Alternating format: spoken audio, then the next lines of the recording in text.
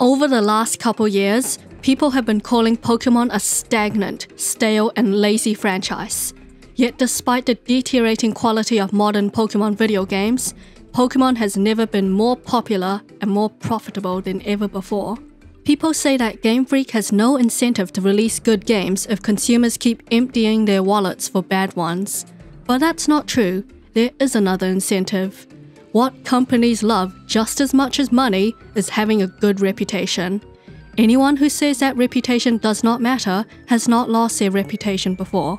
If Pokémon fans can't vote with their wallets, the next best thing is to express their disappointment and make their voices heard. The Pokémon brand is already tarnished. There are plenty of videos trashing recent Pokémon games and talking about how many bloody issues it has, and there will be more justified criticism at that. Okay, you lost. Pokémon is a very low-quality franchise. He said it, not me. I'm surprised they put that in the game.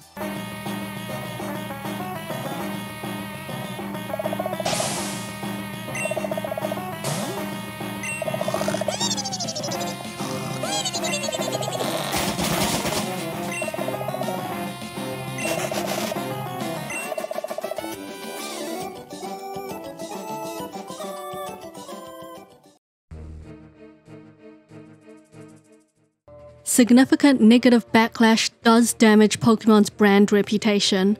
One example of companies desperately trying to protect their brand image is YouTube Rewind 2018, the most disliked video on YouTube made by YouTube.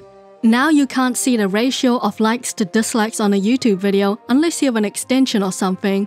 The dislike button is still there, you can still dislike videos, you just can't see the number of dislikes. That's a very important distinction. Fans, customers can become disillusioned, especially when the Pokémon company exhausts all the customer goodwill. When there's a new game, you start to think, how are they gonna screw up this time? I firmly believe nothing is ever too big to fail, not even Pokémon. There's this poem called Ozymandias about an arrogant king and his hubris. The message encapsulated by the poem is that no empire lasts forever. Even Alexander the Great fell one day. No matter how omnipotent the Pokémon franchise may seem to be, no power is permanent, and its reign is ultimately transient in the grand scale of time. Does Pokémon really want to be known as a franchise that makes low-quality games? That's the legacy they want to leave behind?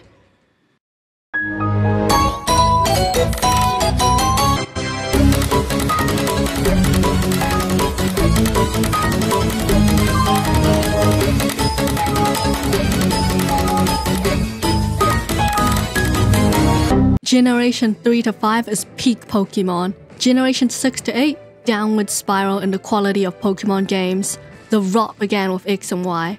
Ultra Sun and Ultra Moon as the last game with the national decks and all the Pokémon coded into the games, that is not an advantage of the game. Rather, it is a flaw of all the successive installments down the line. Sword and Shield is a straw that broke the camel's neck. You know how much backlash Pokémon Sword and Shield was getting with Dexit and removing Pokémon for no good reason?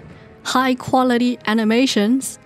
They got their bag of cash, but at the expense of damaging the Pokémon brand. Playing through the 3DS era of Pokémon, it's like they hate making the games. They don't want to keep making the same thing. They hate the fan base, but it rakes in cash, so they stick with it. It'd be foolish not to. How did Pokémon even get to this point? Well, it's not the fault of the game developers or the artists who are deep in the trenches doing the bone-breaking work. It's the higher-ups and the management executives that don't respect the franchise enough to give it the time, money, and resources it deserves. The creator of Pokémon, Satoshi Tajiri, passed down the torch to Junichi Masuda after Pokémon Gold and Silver, becoming CEO of Gamefreak. Masuda is the higher-up, he's the guy in charge, and he was one of the co-founders of Gamefreak. A lot of the tone-deaf decisions of the games after Pokémon Black and White can be traced back to him. His design philosophy is that every game caters to new players, specifically a new generation of children that are young and impressionable. He doesn't care about the long-time fans or the adult fans that grew up with the franchise. He didn't include the Battle Frontier in the Gen 3 remakes because only a very small part of the players would have fully appreciated and made use of this feature. Nowadays, players and their smartphones, they get bored and frustrated very easily, and they aren't interested in things that are so demanding or challenging. Fans shouldn't have high expectations for Sword and Shield. Of course, it's very difficult to make the game, so I hope people don't get their expectations up. After Sword and Shield comes the worst remakes in gaming history. Brilliant Diamond and Shining Pearl, falsely advertised as faithful remakes. Under Jirium Reard's More on Exposing Gamefreak video, the comments explain that Gamefreak is using Ilka as a scapegoat. It was so bizarre how they specifically pointed out that someone else would be doing the work, almost as if they were saying, here's who to blame. Oh, it wasn't made by Gamefreak, but Junichi Masuda is a co-director, he's from Gamefreak. BDSP's development was hamstrung by Gamefreak to not outshine Legends Arceus. Seeing the artbooks for BDSP as well, the difference between their vision and the final execution, you can just tell that these games were sabotaged and undermined.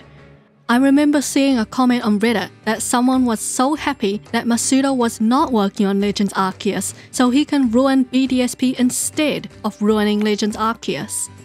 Jirium Reard's video on exposing what really happens inside Gamefreak, it says that higher-ups in Gamefreak lack technical skills and are complacent.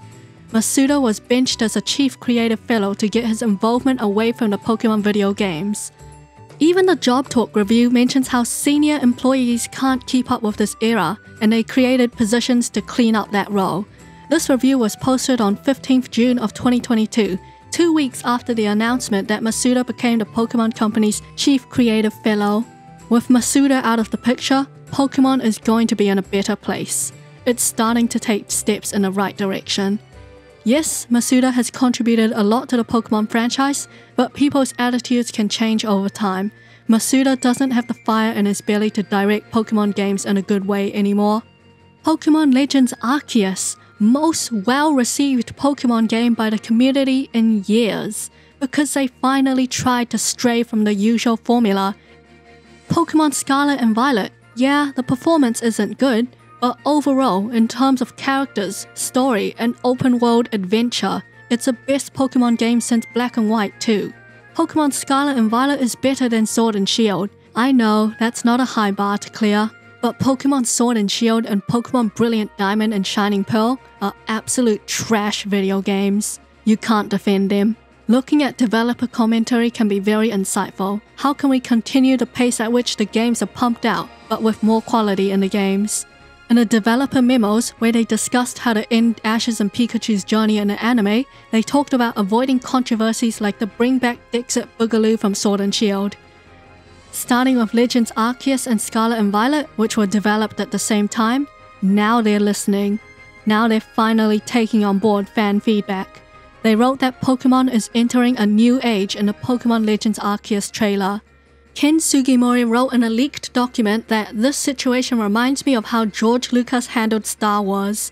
He often frustrated fans by making decisions that didn't align with their expectations, despite having creative control. It's a similar case here. Pokémon has evolved beyond just the original creator's vision. It belongs to the fans now too. In the future, we need to maintain a better balance between respecting the creators and ensuring that the fans feel heard and valued. Pokémon belongs to the fans now too.